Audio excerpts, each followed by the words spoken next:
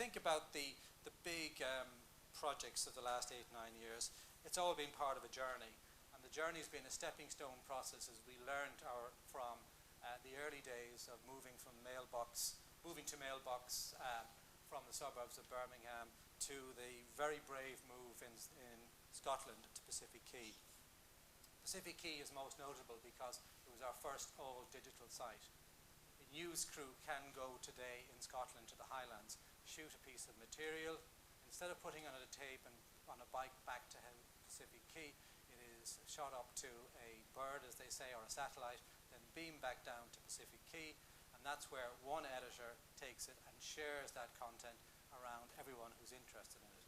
Historically, it was on a tape, delivered, and an editor of a particular program kept that piece of material so he or she could get the kudos of that side of things.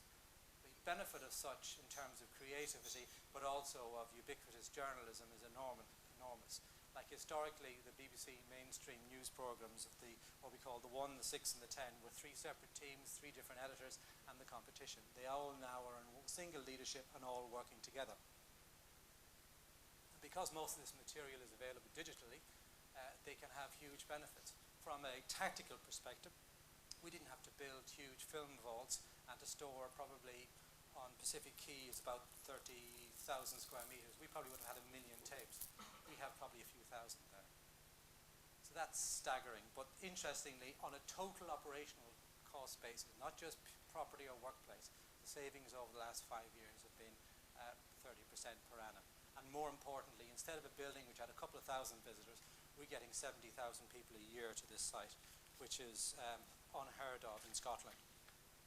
Then if you think about our city building experience in Salford, that was the key manifestation of working as an organisation which is much more representative of our audiences and truly demonstrating that we're serious about spreading production across the length and breadth of the country.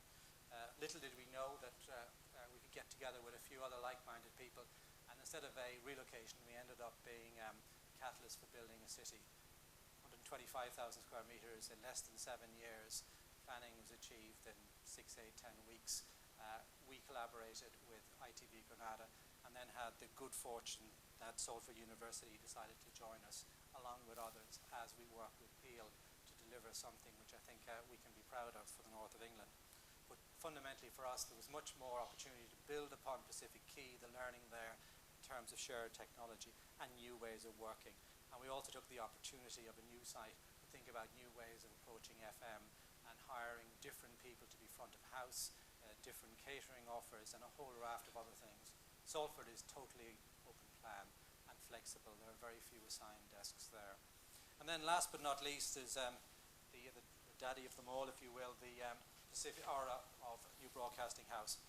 Conceived in 1999-2000, has a checkered history for phase 1 because it was a very complicated job to do. And our colleagues and friends at Overbreak can be testament to that.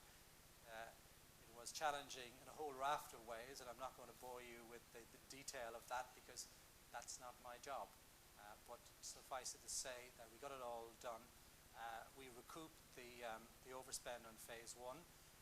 The total bill came in just about £1.05 billion, and we've already booked £736 million of savings, primarily because we've been much more efficient in how we're using space. New Broadcasting House is the manifestation of activity-based working.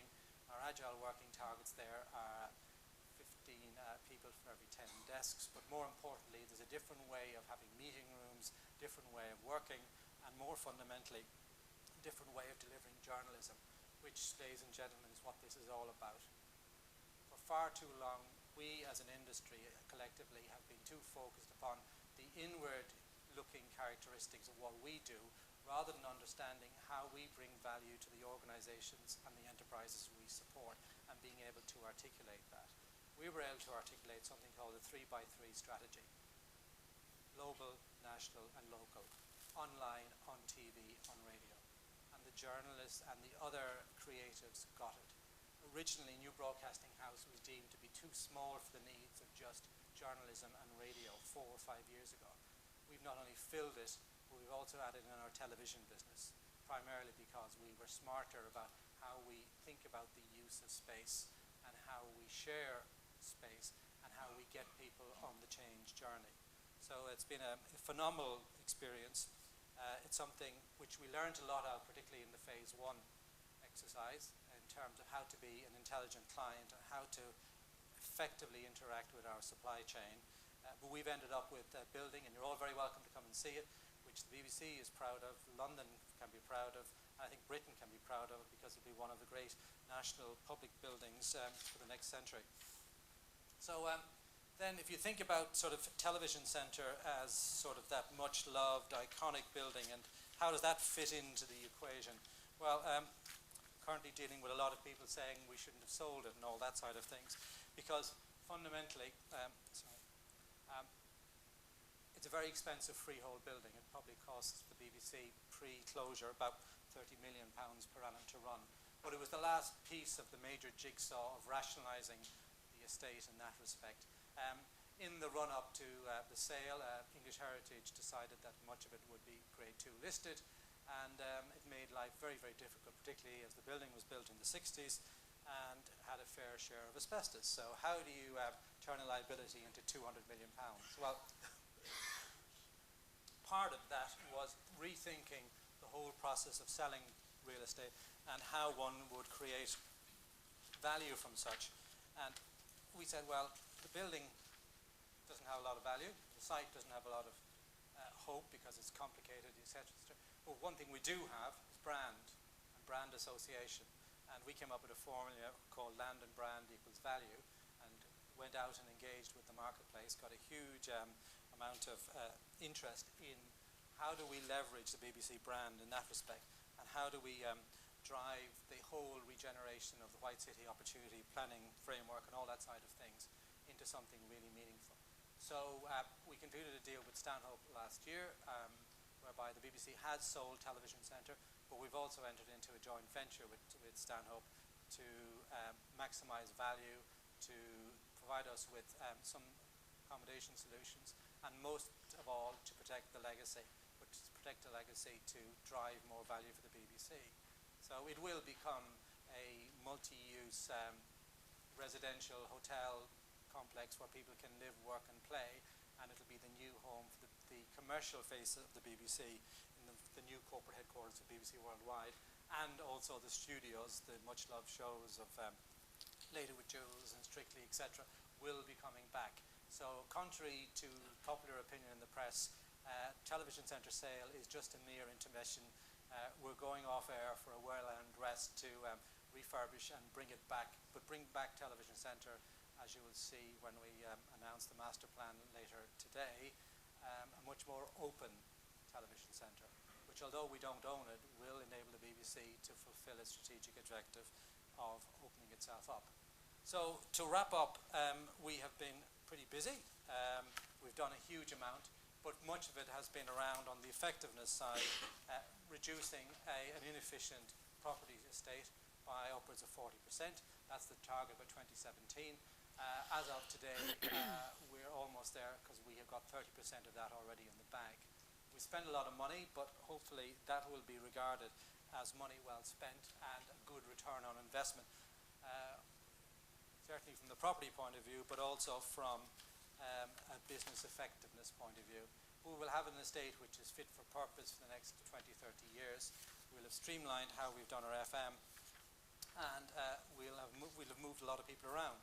So from that point of view, we have been pretty busy.